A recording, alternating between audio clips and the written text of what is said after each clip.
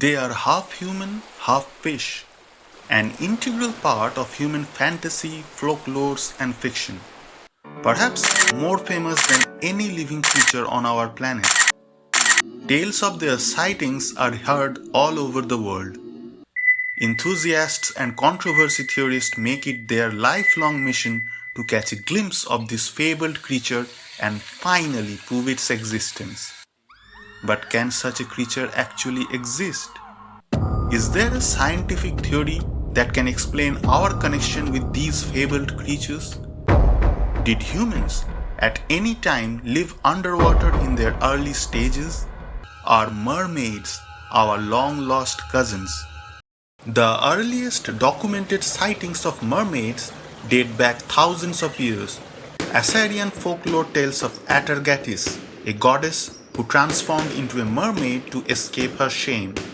Similarly, ancient Greek mythology is replete with references to sea nymphs and sirens, beings of extraordinary beauty that lured sailors to their doom. Christopher Columbus, during his voyage to the New World in 1493, wrote of seeing 3 mermaids near the Dominican coast. However, he stressed that mermaids were not really beautiful as the legend suggested. In the mid-20th century, a controversial hypothesis emerged: the aquatic ape theory. First proposed by marine biologist Alistair Hardy in 1960, the theory suggested that some of our ancestors may have gone through a semi-aquatic phase in their evolution, which could explain certain human traits. This hypothesis predominantly focuses on features of humans that are uncommon in terrestrial mammals but observed in marine animals.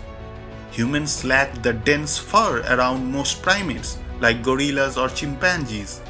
Proponents of AAT argue that this trait reduces drag while swimming, similar to marine mammals like dolphins. We also walk upfront, unlike other apes. Bipedalism might have been advantageous for wading in shallow water, keeping our heads above the surface. Not only that, something under our skin is also baffling. Humans have a unique layer of subcutaneous fat. Apes really don't have that. But guess who does? Marine animals. Our subcutaneous fat greatly resembles the insulating blubber of aquatic animals. But the anomalies don't stop there. Unlike most land mammals, humans can consciously control their breathing, a trait crucial for diving. We can hold our breaths for up to 3 minutes, almost unfathomable for many land creatures. But perhaps the most baffling and damning evidence has always been in front of us, literally in the palm of our hands, the webbing in our fingers and toes, an absurd and useless feature for any land mammal. Do these hint at possible aquatic adaptations? The aquatic ape theory is fascinating because it challenges conventional wisdom about human evolution. It tries to connect the dots between our unique physiology and a possible aquatic past. One major critique is the lack of fossilized remains indicating a semi-aquatic lifestyle. Unlike marine mammals, which leave behind distinct skeletal adaptations, human ancestors show no such evidence. For instance, there are no signs of specialized limb structures for swimming. If our ancestors had truly undergone an aquatic phase, we would expect to find anatomical evidence like flattened bones or other adaptations for swimming, but we simply don't. In fact, many traits cited by AAT proponents can be explained through terrestrial evolution also. For example, bipedalism is more likely linked to the need to traverse open savannas efficiently, and hairlessness might have evolved as a way to regulate body temperature in hot climates. Traits like breath control and fat distribution can arise for multiple reasons unrelated to water.